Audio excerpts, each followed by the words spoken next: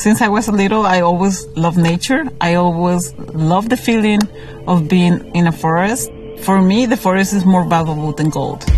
My name is Claudia Vega, and I work in the Peruvian Amazon. I'm studying mercury contamination due to artisanal gold mining in Madre de Dios.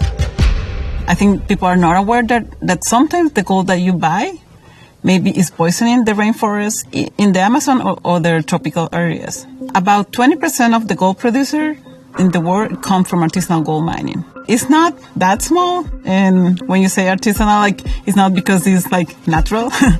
It's called artisanal because they don't use fancy equipment. They have a very rustic way. People have been doing that since the gold rush in California. They were using mercury. So the technique hasn't advanced that much since then. Mercury is used because it's an easy way to extract the gold. So what the miners do is the gold is in a sandy form, and it's usually in the sediment of the rivers. They put mercury. The mercury binds with gold. Then they have the amalgam, which is a mix of gold and mercury. And then they burn the amalgam. And then the mercury just evaporates to the air. And they got the gold. When they're doing the mixing with gold, some of the mercury goes into the river. It's easy to evaporate. You don't have to heat it. It goes to the air. And it can be transported long distance. This happens mainly in the tropics, and is the biggest anthropogenic source of mercury in the planet. Around 1,400 tons of mercury annually is released to the environment because of artisanal gold mining. It's an international concern, and it's not because it harms just the place where it's used. For example, there are even very high levels of mercury in the whales, in the beluga whales in the Arctic. In Madre de Dios, about 130,000 hectares has been deforested because artisanal gold mining. It is big operation. You can see huge areas of rainforest just deforested. It looked like a desert with mining ponds. There are artificial lakes and in the middle of a lot of desert. But there's no tree, there's no animals. It looks like the moon, kind of, because there's no vegetation. Mercury is an element, we cannot destroy it. It's a potent neurotoxin. It can affect the nervous system. Also can give you headache, can give you problem of memory. It can give you insomnia. It can harm children during pregnancy. Could have a baby, will have learning disabilities. Depending how much is exposed, it can even have malformation. Mercury is called the silent toxin because it takes a while to show effects. Minabata Bay in Japan is a more iconic case of mercury poisoning. In 1932, there was a company that was releasing mercury into the bay.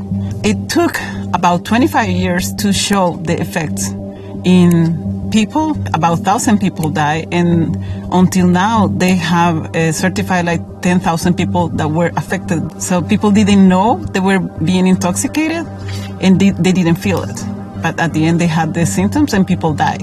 WHO says that mercury is one of the top 10 chemicals that are a major concern for public health. Centro de Innovación Científica Amazónica, which is Amazonian Center for Scientific Innovation. We implement the first mercury lab in the Peruvian Amazon, and it's in the middle of the rainforest. It's in the middle of the jungle. We produce science. It's also communicate the science to people that are not scientists in a way that they can have information to take better decisions.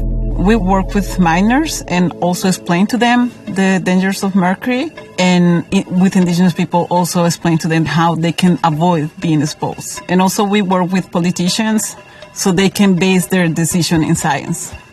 Fish is the main source of protein for indigenous people in the Amazon. They are exposed to very high levels of mercury through consuming contaminated fish. They have one of the highest levels reported right now. So one thing that we do with them, we explain to them that they have to choose safer fish. Sometimes it's very difficult because you don't have the right answer for them. I mean, they're in their home, and then as French people come telling them that what they are eating is poison. But I think information is power, and having the right information make you do the right decision. So we're insist in that, giving the information and repeat the information. Some of the miners that tell us, like, I have been doing this for 30 years, so I'm good. I ask them, like, do you sleep? Do you have headaches? Do you forget things more often? And also mercury sometimes can increase the chance to have cardiovascular disease. So maybe some of the people have high pressure and they don't know why. It could be because of mercury. And some of them, they're changing for a more responsible way of mining. Some other miners, maybe they know, but they don't care because they need money. And gold is money. There are not incentive to produce mercury-free gold. People just buy gold. They don't care. There's no like good traceability system. So I think as a consumer or as a mediator of gold trade, we have to care about where the gold is coming from. Sometimes we use tint and we don't even know how much impact it has in the world. At the end, we have one health, one planet, and everything is connected. When you're affecting the environment, you can affect the animals' health and then human health too. So for me, my dream is like people can see the value of the forest is actually doing something for us. It's producing air, it's producing water. That's more valuable than gold. I know gold is valuable, but you cannot eat it, you cannot breathe it, and you cannot drink it.